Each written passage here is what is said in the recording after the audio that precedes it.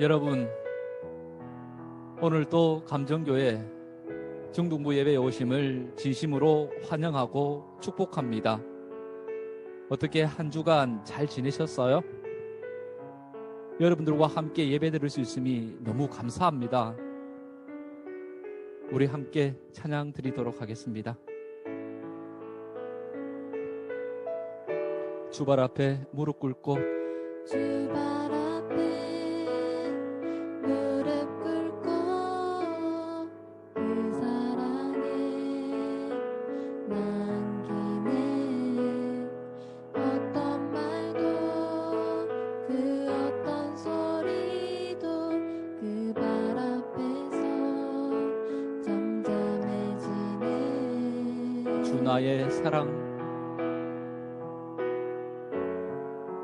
주 나의 사랑 그 발 앞에 앉아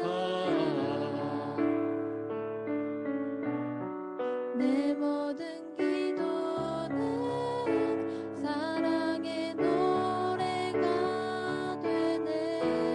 주의 옷자락 만지며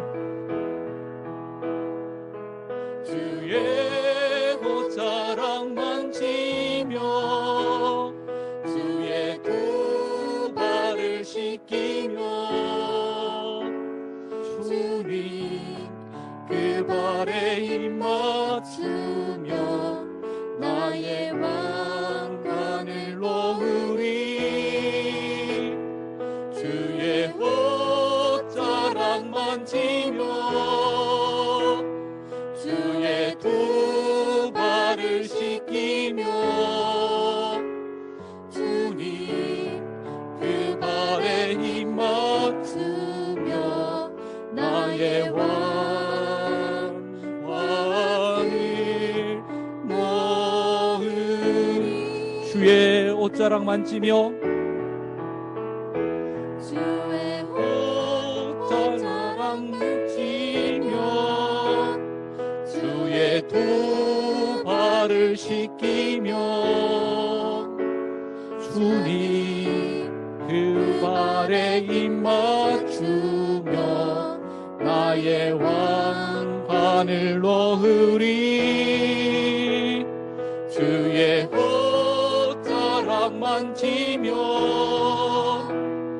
주의 두 발을 씻기며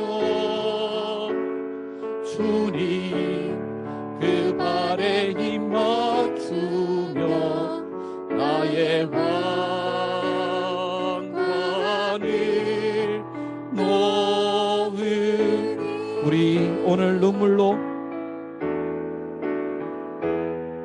우리 오늘 눈물로 하늘의 씨앗을 심는 밤 꿈꿀 수 없어 무너진 가슴에 저들의 푸른 꿈 다시 돋아나도록 우리 함께 떠밀려 소망의 길을 만든다. 내일로 가는 길을 찾지 못했던 저들 노래하며 달려갈 그 길 그날에 우리 보리라. 새벽 이슬 같은 저들 일어나 뜨거운 가슴 사랑의 손으로 이 땅 치유하며 행진할 때 오래 황폐하였던 이 땅 어디서나 순결한 꽃들 피어나고 우리 위에 나무가 가득한 세상 우리 함께 보리라. 그날에 우리 보리라 새벽이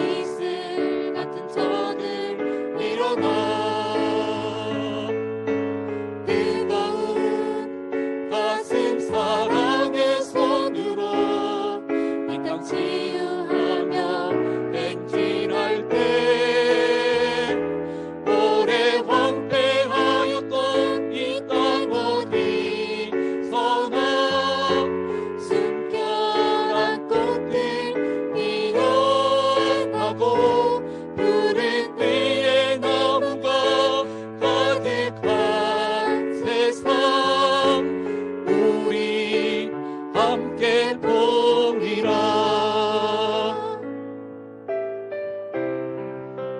그렇습니다. 지금 오실 성령님을 우리가 환영합니다.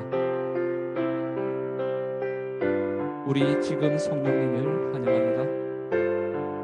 우리 지금 성령님을 환영합니다.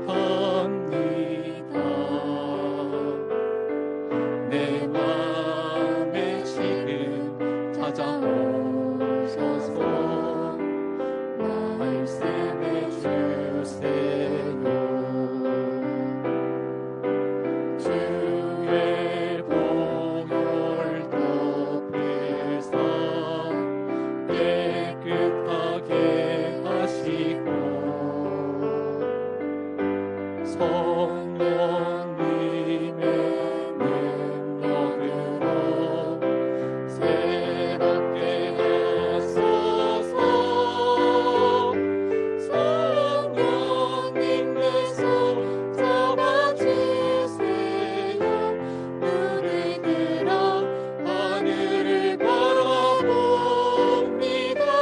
환한 미소로 나를 안으사 주의 빛 비추게 하소서. 성령님 내 손 잡아주세요. 성령님 내 손 잡아주세요. 눈을 들어 하늘을 바라봅니다. 환한 미소로 나를 안으사 주의 빛 비추게 하소서. 우리 함께 사도신경으로 우리의 신앙을 고백하도록 하겠습니다. 나는 전능하신 아버지 하나님, 천지의 창조주를 믿습니다. 나는 그의 유일하신 아들, 우리 주 예수 그리스도를 믿습니다. 그는 성령으로 잉태되어 동정녀 마리아에게서 나시고 본디오 빌라도에게 고난을 받아 십자가에 못 박혀 죽으시고 장사된 지 사흘 만에 죽은 자 가운데서 다시 살아나셨으며 하늘에 오르시어 전능하신 아버지 하나님 우편에 앉아 계시다가 거기로부터 살아있는 자와 죽은 자를 심판하러 오십니다. 나는 성령을 믿으며 거룩한 공교회와 성도의 교제와 죄를 용서받는 것과 몸의 부활과 영생을 믿습니다. 아멘.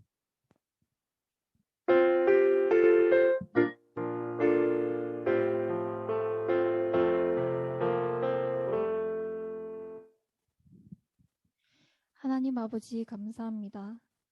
이 시간 주님 앞에 모인 저희 모두를 축복하여 주시고 점차 모든 아이들이 이 예배에 참석할 수 있도록 도와주세요. 이번 한 주간 하나님 앞에서 알게 모르게 지은 죄들 모두 회개합니다. 하나님 자녀로서 잘못된 행동들 다 용서해 주시고 다시 하나님께 돌아갈 수 있도록 도와주세요. 오늘 목사님이 말씀을 선포하실 때 온전한 하나님의 말씀을 전하실 수 있도록 기름 부어주시고 육신의 건강도 지켜주세요. 비록 모두가 이 자리에 함께하진 못하지만 각자의 예배 자리에서 신령과 진정으로 임하고 악한 영이 방해하지 않도록 도와주세요. 그리고 오늘 우리 친구들이 이 시기에 각자 겪고 있는 어려움이 있을 줄 압니다. 마음속의 아픔과 고민들을 위로해 주시고 만져주세요. 또 수고하시는 부장 선생님과 모든 교사 위에 하나님의 은혜와 위로가 있길 원합니다. 하나님, 이 나라와 온 세계가 힘든 시기에 있습니다. 하지만 어떤 것이든 하나님께서 원하시는 뜻대로 이루어지게 해주세요. 또 저희 모두가 진정한 하나님의 일에 힘쓸 수 있는 일꾼이 되게 해주세요. 감사합니다. 사랑합니다. 예수님의 이름으로 기도드립니다. 아멘.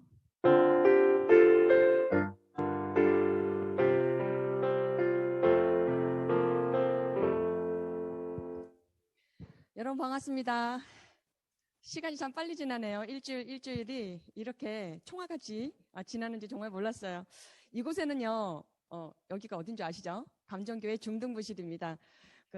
선생님들이 이 자리에 다 모이셔서 이렇게 함께 지금 3주째 예배를 드리고 있는데요. 한 분 한 분 이제 얼굴을 보여드리고 싶은데 이 카메라를 돌릴 수가 없어서 참으로 아쉽습니다. 우리 선생님들께서 안전하게 마스크를 다 차고 계시고 또 이제 여러분들을 위해서 늘 이렇게 기도해 주시는 모습이 얼마나 감사한지 몰라요. 여러분들도 3월이 되면 학교를 이제 가게 되죠. 우리 중등부도 그 시점을 이제 잘 고려해서 예배를 함께 우리 대면으로 예배를 드릴 준비를 하고 있습니다. 안전거리를 잘 지키고 또 방역에 더 힘써서 우리가 얼굴을 보며 함께 하나님께 예배 드렸으면 참 좋겠어요.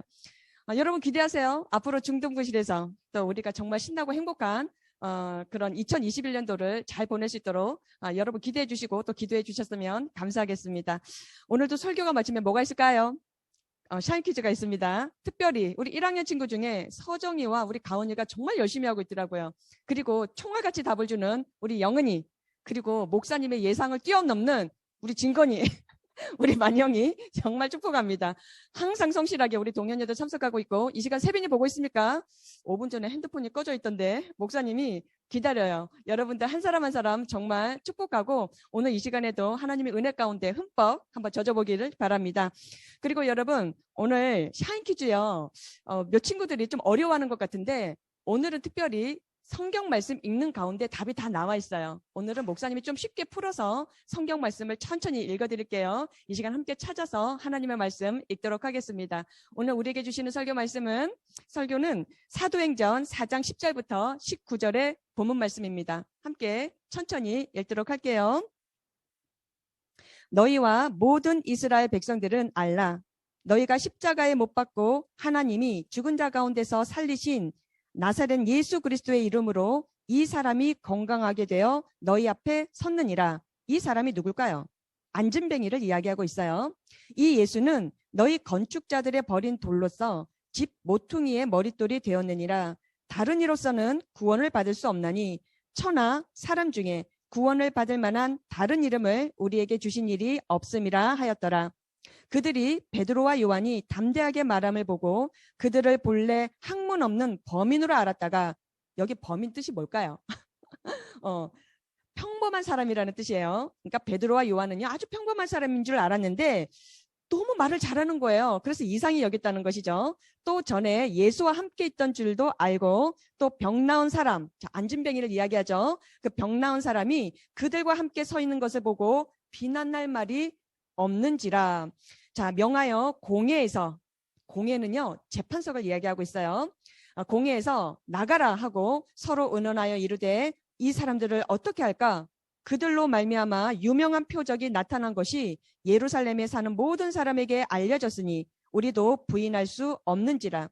이것이 민간에 더 퍼지지 못하게 그들을 위협하여 이후에는 이 이름으로 아무에게도 말하지 말게 하자 하고 그들을 불러 경고하여 도무지 예수의 이름으로 말하지도 말고 가르치지도 말라 하니 베드로와 요한이 대답하여 이르되 하나님 앞에서, 누구 앞에서요?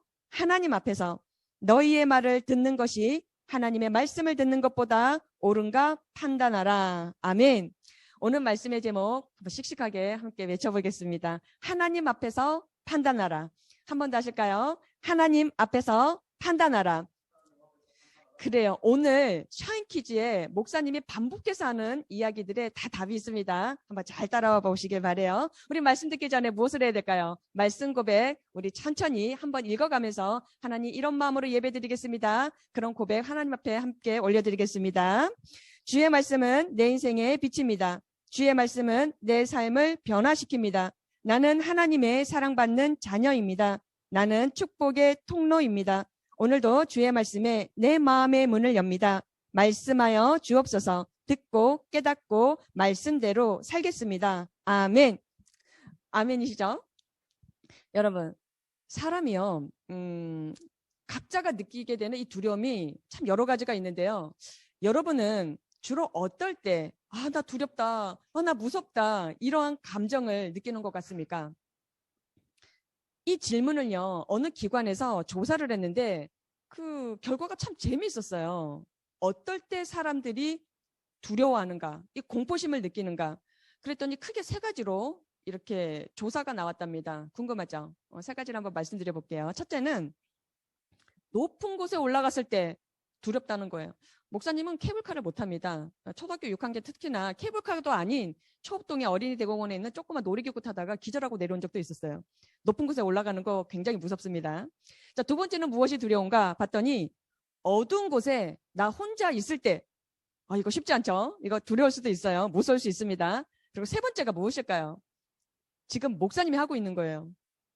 사람들 앞에서 말을 하게 될 때. 자, 그러니까요. 설교는 아무나 못하는 것 같아요. 목사님이 대단하다라는 얘기가 아니라 이게요. 사람들 앞에 그러니까 뭔가를 얘기를 할 때는 이게 말이 더듬어지기도 하고 굉장히 긴장도 되기도 하고 막 손에 땀도 나고 막 그러거든요. 그렇기 때문에 목사님이 설교 준비할 때 기도 많이 하고 준비 많이 해서 겨우 떨지 않는 척 해가면서 여러분 앞에 지금 설교를 하고 있는 거예요. 안 믿어지시죠? 10년 정도 해도 쉽지가 않아요. 그런데 우리에게 이런 이 두려움, 이거 세 가지뿐이겠어요? 지금 코로나도 그렇지만 지난주 여러분 13일 이 토요일 무슨 일이 있었는 줄 아세요? 우리나라에서 일어난 일은 아니지만 가까운 이웃나라 일본에서 대지진이 일어났어요. 그것도 7.3 강진이었는데요. 후쿠시마가 발칵 뒤집어졌습니다. 참 다행인 것은 인명피해가 그렇게 크지는 않았다고 하는데 그 영상만 보고 그 뉴스만 봐도 목사님이 짧게 6년을 동경에서 지나면서도 갑자기 그 기억이 떠올리면서 무섭다 하는 생각이 들었어요. 이런 사건 사고 아니더라도 우리가 우리나라에서 일어나는 여러 가지 그 일들을 우리가 뉴스 매체를 통해서 매주마다 듣고 있는데요. 만약에 그것을 내가 겪었다, 내가 당했다, 얼마나 두렵겠어요. 교통사고를 포함해서. 우리는 이렇게 두려움이라는 이 감정에서 자유롭지가 못합니다. 무엇보다 우리에게 있는 이 결정적인 연약함, 결정적인 약점, 그것이 있다면 정말 용기를 내야 할 때, 여러분 한번 잘 들어보세요. 우리가 용기를 내야 할 때 그 용기가 없다라는 거예요, 우리에게. 그것 또한 두려움이거든요. 자, 옳은 일을 옳다고 말하고 진리를 진리라고 말해야 하는데 옳은 일과 진리 편에 서야 하는 용기가 없다는 거예요. 두려워서. 무엇이 진실인지 알고 있습니다. 무엇이 맞는지를 우리는 알고 있어요. 다 알면서도 내가 그 진실을 말하고 바른 말을 하게 될 때 혹시나 어려움을 겪지는 않을까? 혹시나 손해를 당하지는 않을까? 그래서 입을 다물 때가 있어요. 심지어는 거짓말할 때도 있더라고요. 왜요? 두려워서. 다시 말해서 우리는요, 기본적으로 진리 위에 서는 것을 잘 못한다라는 것입니다. 그렇기 때문에 우리가 무언가를 믿는다라는 것. 자, 우리가 지금 신앙을 갖고 있다라는 것도 우리가 하나님을 믿는다는 것이잖아요. 우리가 이 믿는다라고 하는 것도 거기에는 반드시 고난이라는 테스트를 거쳐봐야 한다라는 것입니다. 잘 이해하고 한번 따라와 보세요. 우리가 뭔가를 믿는다라고 한다는 것도 반드시 고난이라는 테스트를 거쳐봐야 한다라는 것이에요. 나에게 진짜 믿음이 있는지 없는지 어떻게 알 수 있을까요? 매주마다 이렇게 예배 드리는 것도 쉽지 않은 환경인데 우리가 믿음이 있어야 예배를 드릴 수 있잖아요. 그런데 정말 나에게 믿음이 있는가 없는가 어떻게 알 수 있을까요? 테스트 해보면 알 수 있습니다. 그 테스트가 뭐라고요? 고난이에요. 어려운 일을 겪어보면 그때 내 믿음이 정확하게 보이거든요. 코로나가 만만치 않은 고난일 수가 있어요. 이 코로나가 만만치 않은 어려움일 수도 있어요. 두려움일 수도 있죠. 그런데요, 목사님이 한번 생각해 봤습니다. 코로나는 무엇일까? 우리에게 던지는 질문을 하고 있는 게 코로나예요. 무슨 질문을 하는 줄 아세요? 너 이럼에도 불구하고 교회 갈래? 너 이럼에도 불구하고 예수님 믿을래? 너 이럼에도 불구하고 예배 잘 드릴래? 이 질문을 계속 쏘아대는 것이 코로나예요. 그것을 잘 인식하고 우리는 하나님 앞에 있어야 합니다. 예수님의 이 십자가와 이 부활은 기독교 복음의 핵심이에요. 다시 한번 말씀드릴까요? 복음의 핵심은 무엇이다? 예수님의 십자가와 부활 사건입니다. 이 복음에 대한 우리의 신앙도 마찬가지예요. 그렇게 믿음 좋다는 사람들이, 그렇게 믿음 좋다는 우리 친구들이 어떤 어려움을 만나게 되면 갑자기 힘이 빠지고 메가리도 빠져서 그냥 그 자리에 주저앉아 있는 사람들이 의외로 많아요. 사실 코로나 때문에 교회에 못 나올 수 있습니다. 국가 방침을 우리는 잘 따라야 돼요. 교회는 이렇게 단계별로 우리가 조정해 가면서 우리는 예배를 드려야 되는 거죠. 그런데 신앙 자체를 포기하는 사람들이 있더라는 것이에요. 테스트해 봤더니 내 믿음이 지진처럼 흔들렸다라는 것입니다. 우리가 믿는 복음이요, 정말 복음이라면, 우리가 믿고 있는 이 진리가 진짜 진리라면 우리는 어떠한 고난 앞에서도, 어떠한 변화된 환경 가운데서도 흔들리지 않는 믿음의 힘이 있어야 한다는 것입니다. 여러분, 이것이 진짜 믿음인 거예요. 오늘 우리가 읽은 이 사도행전 4장에 보면요, 복음을 전하다가, 그러니까 쉽게 얘기해서 전도를 하다가 대핍박이 일어나는 그런 장면들을 기록하고 있어요. 결국에는요, 예수님의 아주 수석제자였던 이 베드로와 요한이 복음을 전하다가, 전도하다가 붙잡혀서 지금 재판석 앞에 서게 된 거예요. 참 이상한 거예요. 이해가 안 되는 장면입니다. 왜냐하면 우리가 지금 2주 연속으로 베드로와 요한이 이 성전으로 들어가다가, 이 기도하러 들어가다가 누구를 만났어요? 안진뱅이를 만났다고요. 몇 년간 앉아 있었어요? 40년간. 중증 환자였어요. 그런데 불쌍히 여겼고 예수님의 뜻이 계셨기에 너는 나사렛 예수 그리스도 이름으로 일어나 걸어라. 그 한마디에 벌떡 일어났다고요. 엄청난 기적을 당시 예루살렘 사람들이 수도 없이 목격했습니다. 그래서 어떻게 됐습니까? 예수님을 증거했고 많은 사람들이 복음을 받아들였죠. 예수님을 믿었죠. 그렇게 기쁜 일이 있었음에도 불구하고 왜 이 베드로와 요한, 이 사도들을 붙잡아서 핍박하는 것일까요? 굉장히 중요한 질문인데, 이것은요, 복음의 특성 때문에 그렇습니다. 복음의 특성.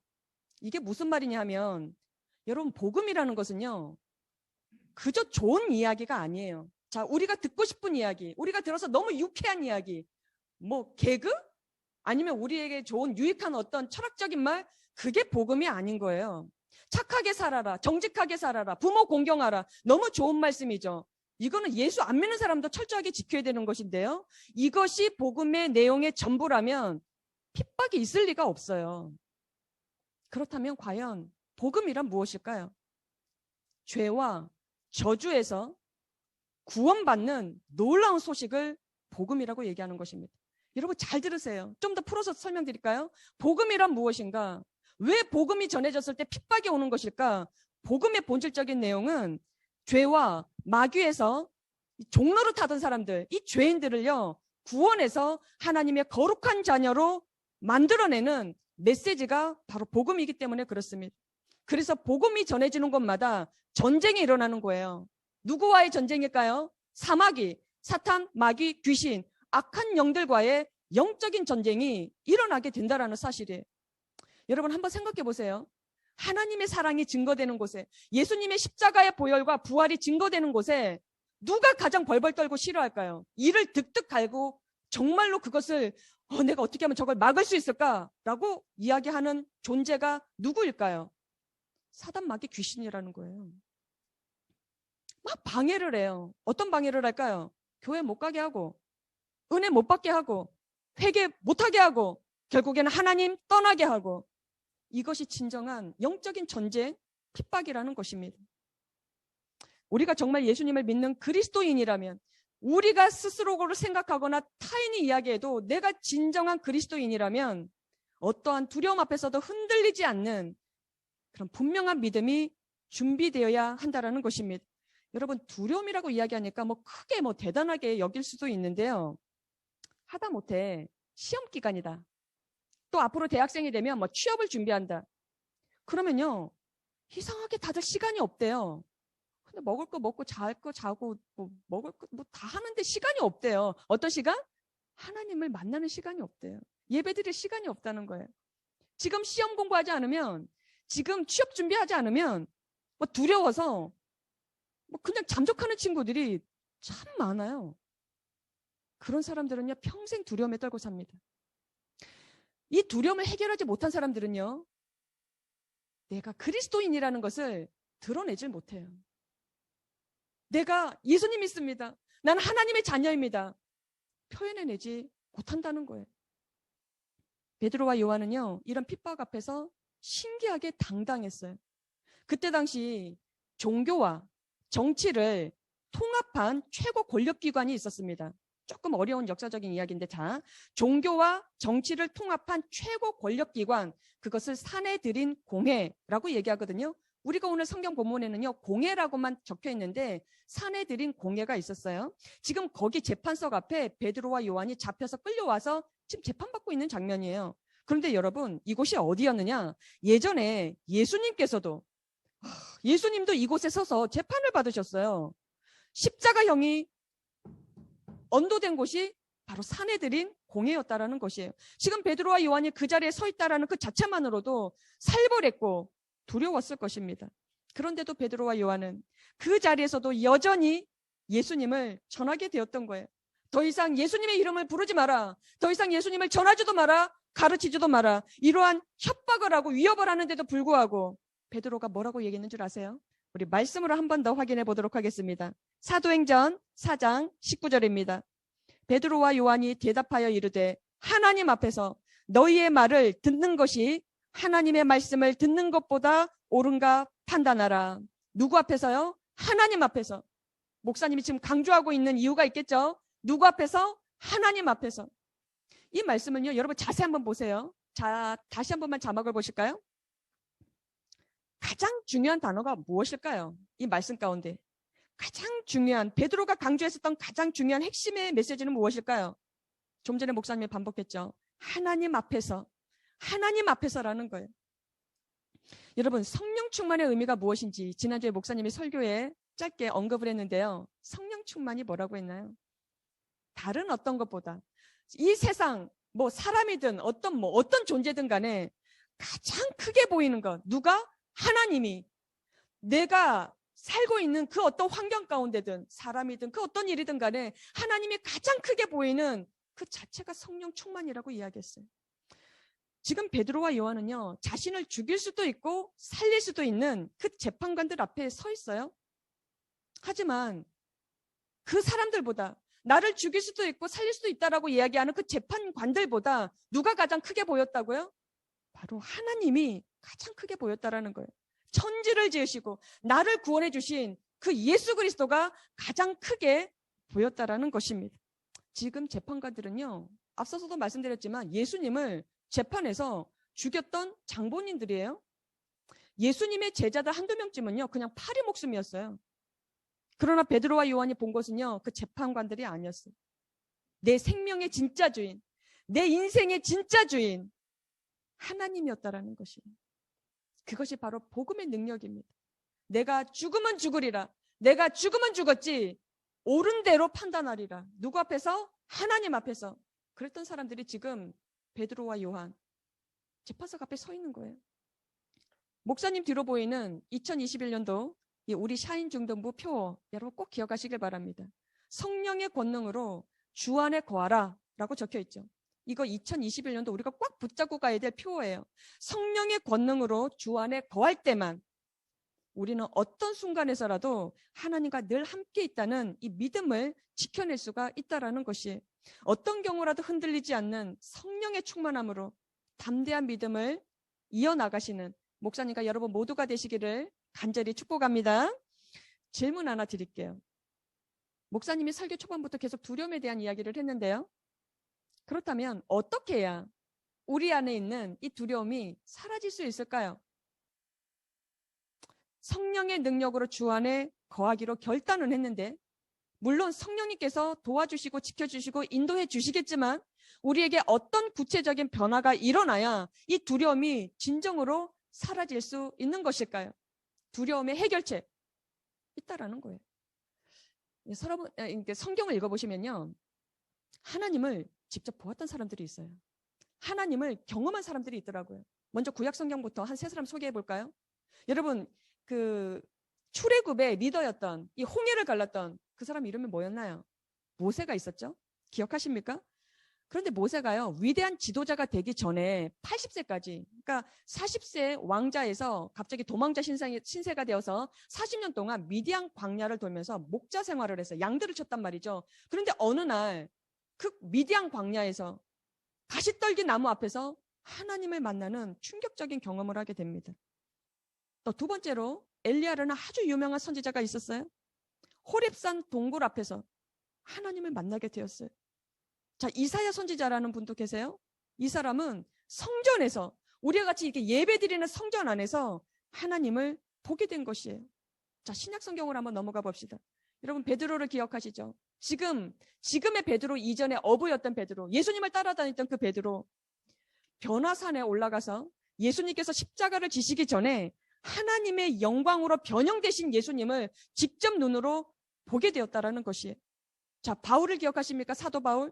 다메섹 도상을 걷다가 충격적으로 부활하신 예수님을 만나게 되는 그런 기적을 체험하게 된 거예요. 자, 그리고 누가 있을까요?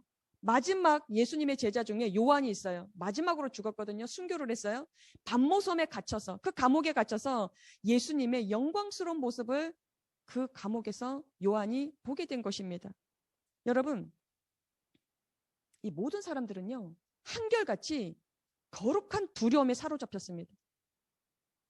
그 전에는 그저 하나님이 계시겠거니 이 정도였어요. 하나님이 계시겠거니, 예수님 부활하셨겠거니.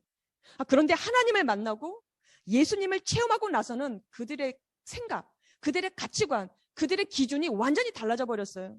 만났다니까요. 보았다니까요. 체험했다라는 것이에요. 나 하나님 만났어요. 나 예수님 보았어요. 나 하나님 음성 들었어요. 어떻게 설명하겠어요? 하나님을 만나고 예수님을 체험하고 나서는 완전히 달라진 삶. 자, 하나님을 어떻게 했다? 만나는 눈이 뜨였을 때, 하나님을 경험하는 이 눈이 뜨였을 때 그들이 느꼈던 감정은요, 이 세상에서 우리가 흔히 느끼는 어떤 두려움, 그것과 차원이 다른 경외심이 생기게 되었다라는 것이 경외심. 그와 동시에 어떤 일이 일어나느냐, 그토록 크게 보였던 이 세상, 그토록 심각하게 생각했었던 수많은 문제들이 콩알같이 작아져 보이더라는 것이, 하나님이 크게 보이는 것, 성령 충만한 상태가 되더라는 것이. 아까 목사님이 뭐라고 질문했습니까? 어떻게 하면 이 두려움이 사라질 수 있는 것일까? 우리도 영적인 눈이 뜨여져야 한다는 것이에요. 이게 무슨 말일까요? 우리도 하나님을 만나야 한다는 것이에요. 우리도 하나님을 체험해야 한다는 것이. 어떻게 하면 될까요? 우리가 이렇게 예배를 사모하는 것입니다. 우리가 매일 밥을 먹듯이 하나님의 살아계신 그 말씀을 매일 먹어야 하는 것이에요. 그리고 무엇보다 그 말씀을 가지고 쉬지 않고 기도하는 것이에요. 그러면 어떻게 돼요? 우리는 하나님을 만날 수 있습니다. 하나님께서 우리를 만나주시고 하나님께서 우리에게 말씀해 주신다라는 거예요. 그러한 체험이 있는 여러분 모두가 되시기를 간절히 축복합니다. 하나님 앞에서는요, 세상 어떤 것도 두려워할 수가 없어요. 여러분 생각해 봅시다. 하나님보다 더 큰 존재가 있을까요? 정말로 하나님보다 더 무서운 존재가 있을까요? 우리에게 두려움이 있는 것은요, 정말 우리에게 두려움이 남아있는 것은요, 가장 큰 존재를, 가장 큰 두려운 존재를 우리가 아직 만나지 못했기 때문에 그래요. 아직 우리가 모르기 때문에 그래요. 결국 우리에게요, 가장 강력한 무기는 바로 믿음인 것입니다. 믿음이 있는 만큼 하나님이 크게 보이기 때문에 그래요. 여러분 중에 자신감이 없거나 열등감이 있는 친구들이 있을 겁니다. 신체적인 조건이나 가정적인 환경이나 그 어떠한 트라우마로 뭔가 모르게 자신감이 없고 열등감이 있는 사람들이 있어요. 목사님도 전혀 없는 건 아니에요. 그것은요, 좀 전에도 말씀드렸지만 하나님을 아직 더 리얼하게 만나지 못했기 때문에 그래요. 그래서 목사님은 간절하게 매일 기도합니다. 새벽 4시 반부터 계속 하나님을 부르짖습니다. 하나님, 더 가까이 만나주세요. 하나님을 더 알고 싶습니다. 그래서 우리 친구들, 우리 존경하는 모든 선생님들, 하나님과 더 친밀한 관계가 되게 해주세요. 매일 새벽마다 기도합니다. 그것이 우리의 살 길이거든요. 그것이 우리가 승리할 수 있는 유일한 비결이거든요. 우리 안에 있는 두려움의 빛, 우리 안에 있는 두려움의 여러 가지 이유들, 여러분 빛 앞에 보면요, 모든 어둠은 그냥 순식간에 물러갑니다. 하나님은 어둠아 물러가라 이렇게 얘기하지 않으세요. 그냥 빛 자체세요. 하나님이 나타나시는 그 순간부터 그냥 어둠은 빛 앞에서 그냥 힘없이 물러가는 것이에요. 그래서 이 시간에 목사님이 예수 그리스도의 이름으로 선포합니다. 여러분 가운데 있는 모든 두려움과 모든 어둠과 모든 불신과 모든 어려움은 이 시간 예수 그리스도의 이름으로 물러갈지어다. 여러분 이 시간 이 방송으로 이 설교를 듣고 있는 모든 친구들과 그 어떤 사람들이 있다면 이 시간에 목사님이 선포하는 이 말씀을 아멘으로 받으세요. 이 시간 예수 그리스도 이름으로 선포하노니 내 안에 있는 모든 두려움과 모든 어둠과 모든 의심은 예수 그리스도 이름으로 물러갈지어다. 아멘 하셨습니까? 여러분 지금 베드로와 요한은요 딱 한마디만 하면 수월하게 풀려날 수 있었어요. 재판이고 뭐고 이런 거 없어요. 뭐 두려움도 이런 것 없어요. 어떤 말 한마디만 하면 됐을까요? 아, 네. 저 예수님 안 믿을게요. 예수님 안전할게요. 예수님 가르치지 않을게요. 이 한마디만 하면 아주 그냥 심플하게 해피엔딩이에요. 그런데 굳이 예수님만이 우리의 구원자 되십니다. 다른 이름으로서는 우리는 구원받을 수가 없습니다. 그것도 아주 당당하게, 그것도 아주 큰 소리로 그 재판관 앞에서 예수님을 죽였던 그 공회 앞에서 외쳐댔다라는 것이 우리 말씀으로 한 번 더 확인하실까요? 사도행전 4장 12절입니다. 다른 이로서는 구원을 받을 수 없나니 천하 사람 중에 구원을 받을 만한 다른 이름을 우리에게 주신 일이 없음이라. 아멘. 여러분 이 말을요 이제는 베드로 다음으로 우리가 선포해야 될 이야기라는 사실입니다. 다른 이름으로는 우리가 구원받을 수 없다. 다른 이름으로는 너희가 죄사함을 받을 수 없다. 담대하게 외칠 수 있는 믿음 준비되셨습니까? 그리고 이어서 베드로가 이렇게 이야기를 해요. 하나님 앞에서 너희의 말을 듣는 것이 그들이 뭐라고 말했기에요? 다시는 예수님 부르지 마. 다시는 예수님 전하지 마. 다시는 예수님을 가르치지 마. 그랬던 너희의 말을 내가 들어야 되겠느냐라고 물어보는 거예요. 하나님 앞에서 너희의 말을 듣는 것이 하나님의 말씀을 듣는 것보다 옳은가 판단하라. 이게 무슨 일일까요? 이게 무슨 말이에요? 모든 판단은 누구 앞에서 하라? 하나님 앞에서 하라는 것이에요. 다시 한번 오늘 말씀의 제목이죠. 퀴즈하고 연결되어 있어요. 다시 누구 앞에서 판단해야 된다? 하나님 앞에서 판단해야 한다. 우리가 살면서 판단해야 되고 결정해야 될 문제들이 얼마나 많은지 몰라요, 여러분. 무엇이 옳고 무엇이 그런지 또 무엇이 먼저 해야 되고 무엇을 나중에 해야 하는 것인지 우리가 그렇게 판단해야 될 때, 결정해야 될 때가 참 많습니다.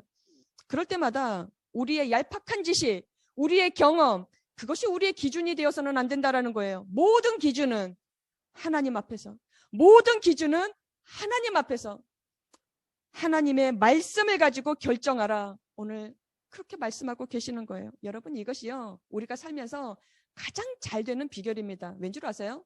하나님이 책임져 주시거든요. 내가 하나님 앞에서 결정한 건데, 내가 하나님 앞에서 판단한 건데 누가 그러면 그것을 책임져 주시고 우리를 보호해 주시겠어요? 하나님이 책임져 주신다라는 거예요. 친구가 야야 오늘 날씨도 좋은데 간만에 이렇게 햇빛도 좋은데 우리 예배 째고 놀러 가자. 나 맛점 알아냈어. 너 좋아하는 거 내가 다 이렇게 조사했다. 뭐라고 얘기해야 될까요? 하나님 앞에서 판단했어. 하나님 앞에서 판단했어.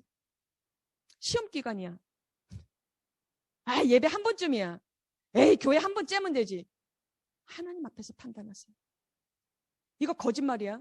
이거 하면 안 되는 거 뻔히 알아. 근데 한 번 눈 감아주면 딱 좋은데 어떻게 하면 돼? 하나님 앞에서 판단했어요. 복음을 전하는 제자들에게 핍박이 온 것처럼 우리에게도 똑같은 일이 분명히 올 겁니다. 여러분 준비되셨어요? 어떤 고난을 만난다 해도 흔들리지 않고 그래도 끝까지 하나님 앞에서 그의 말씀을 순종할 수 있는 그런 믿음의 준비 되어 있습니까? 여러분 두려워하지 마세요. 지금 이 순간에도 하나님은 우리와 함께 하십니다. 임마누엘, 그건 하나님께서 우리에게 주신 강력한 선물이고 약속이에요. 우리에게 있어서 가장 두려운 순간이 언제일까요? 목사님 설교 초반에 높은 곳에 올라갔을 때? 아니면 어두운 곳에 나 혼자 있을 때? 아니면 이렇게 사람들 앞에서 말하라고 할 때? 이 정도가 아니에요. 우리에게 근본적인 두려움이 있는데 우리가 언제 가장 두려운 순간인 줄 아세요? 내가 하나님을 바라보지 않을 그 순간이에요. 내 시선이 하나님의 시선 아닌 이 세상과 사람과 어떤 환경과 조건에 내 눈이 가 있죠. 그러면 두려워할 수밖에 없는 거예요. 그것이 어떤 사람과의 관계가 될 수 있고 내가 학업에 대한 수업이 어쩌면 시험이 그 어떠한 자격증이 그 어떠한 취업이 어떠한 선택이 계속적으로 크게 보이죠. 그럼 두렵습니다. 기도가 안 돼요. 여러분, 시선을 하나님께 고정시키시고 공부하세요. 시선을 하나님께 고정시키시고 남친, 여친을 사귀세요. 시선을 하나님께 고정시키시고 어떤 것을 선택하세요. 그러면 반드시 잘 될 줄 믿습니다. 그래서 여러분, 오늘부터 우리 이렇게 기도했으면 좋겠어요. 하나님, 저에게도 하나님을 볼 수 있는 눈을 열어주세요. 하나님이 이 세상에서 가장 크게 보이는, 그래서 이 세상의 어떤 문제보다 하나님이 가장 크게 보이는 그러한 믿음의 눈이 저에게도 있게 해주세요. 그리고 언제나 하나님 앞에서 내가 분별력을 가지고 바르게 선택하고 결정할 수 있는 그런 믿음의 예배자 되게 해주세요. 아멘이십니까? 우리 모두 성령의 권능으로 주 안에 거하면서 모든 두려움을 승리해 나아가는 우리 샤인중등부 모든 친구들과 우리 선생님들 되시기를 간절히 축복합니다. 함께 기도하시겠습니다. 고맙고 감사하신 하나님 아버지, 하나님께서 오늘 우리에게 주시는 귀한 말씀을 마음에 새깁니다. 모든 일, 그 어떤 일이라 할지라도 하나님 앞에서 판단하라. 하나님, 나의 생각과 나의 어떠한 그런 경험으로 판단하는 것이 아니라 하나님께서 기뻐하실까? 하나님께서 좋아하실까? 이거 하나님의 선한 뜻일까 생각하고 하나님, 우리가 판단하고 결정하는 지혜로운 자 다 되게 하여 주시옵소서. 하나님, 코로나로 비대면 예배가 이어지고 있지만 곧 있으면은 학교도 가고 또 교회가 오픈되어서 우리가 대면으로 건강하게 예배드릴 준비를 하고 있습니다. 모든 두려움을 다 주님 앞에 내려놓고 하나님이 우리를 지키시고 보호하시고 또 우리 예배를 기다리시고 기뻐하시는 것을 알고 우리가 하나님 앞에 판단하여 우리가 준비될 것 잘 준비하고 우리가 주님 앞에 기쁨으로 예배자로 설 수 있도록 은혜를 허락하여 주시옵소서. 하나님, 우리의 마음을 모아서 또 구별된 헌금을 드린 친구들이 있습니다. 그 헌금 위에 주님께서 직접 축복하여 주셔서 우리의 믿음으로 우리의 사랑으로 하나님을 정말로 경외하는 마음으로 드리는 헌금 위에 주님께서 복의 복을 더하시서 우리의 믿음이 날로 성장하고 모든 것을 하나님을 기준 삼아 우리의 신앙을 더 진보시키는 우리 모든 샤인중등부 친구들 되게 하여 주시옵소서. 이제는 우리 주 예수 그리스도의 은혜와 하나님 아버지의 극진하신 사랑하심과 우리를 늘 성령 충만으로 인도해 주실 성령 하나님의 놀라우신 역사하심이 하나님, 오늘도 다짐합니다. 모든 일을 하나님 앞에서 판단하겠노라고, 모든 것을 하나님의 시선으로 우리가 결정하겠노라고, 그렇게 믿음으로 선택한 모든 친구들과 선생님들 머리 위에 이제로부터 영원토록 함께 하시기를 간절히 축원하옵나이다. 아멘.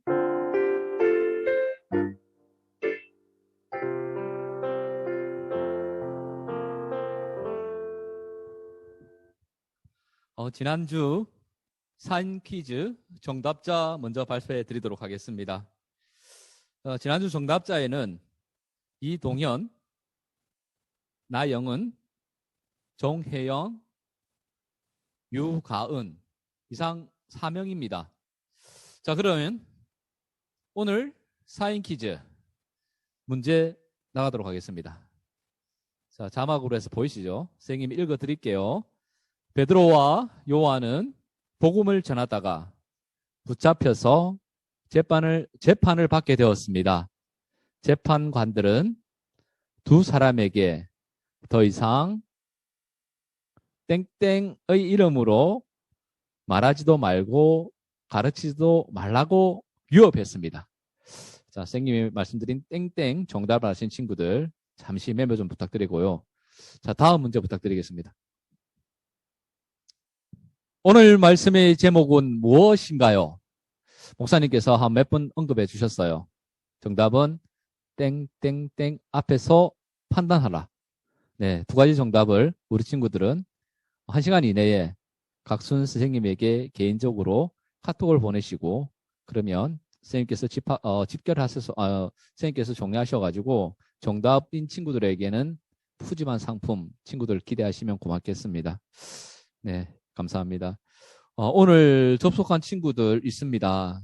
근데 그 중에서 새 친구가 한 명 접속을 했다고 그래요. 서연아 안녕. 환영한다, 서연아.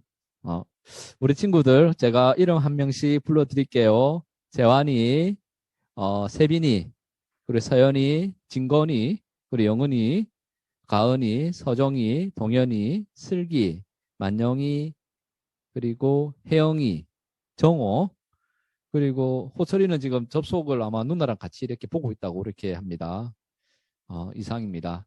우리 친구들, 어쨌거나 지금 일교차가 많이 심합니다. 오늘 날씨가 많이 포근하고 아침 저녁으로 많이 춥죠. 건강관리, 개인위생관리 잘 해주시고, 그리고 줌 예배는 다음 주에도 이루어짐을 여러분에게 말씀드릴게요. 미리 참석해 주시고, 미리 접속해 주시고, 그리고 건강하고 행복한 한 주간 되시기 정말 기도합니다. 그리고 다음 주에는 꼭 또 다시 만나도록 하겠습니다. 우리 친구들, 안녕!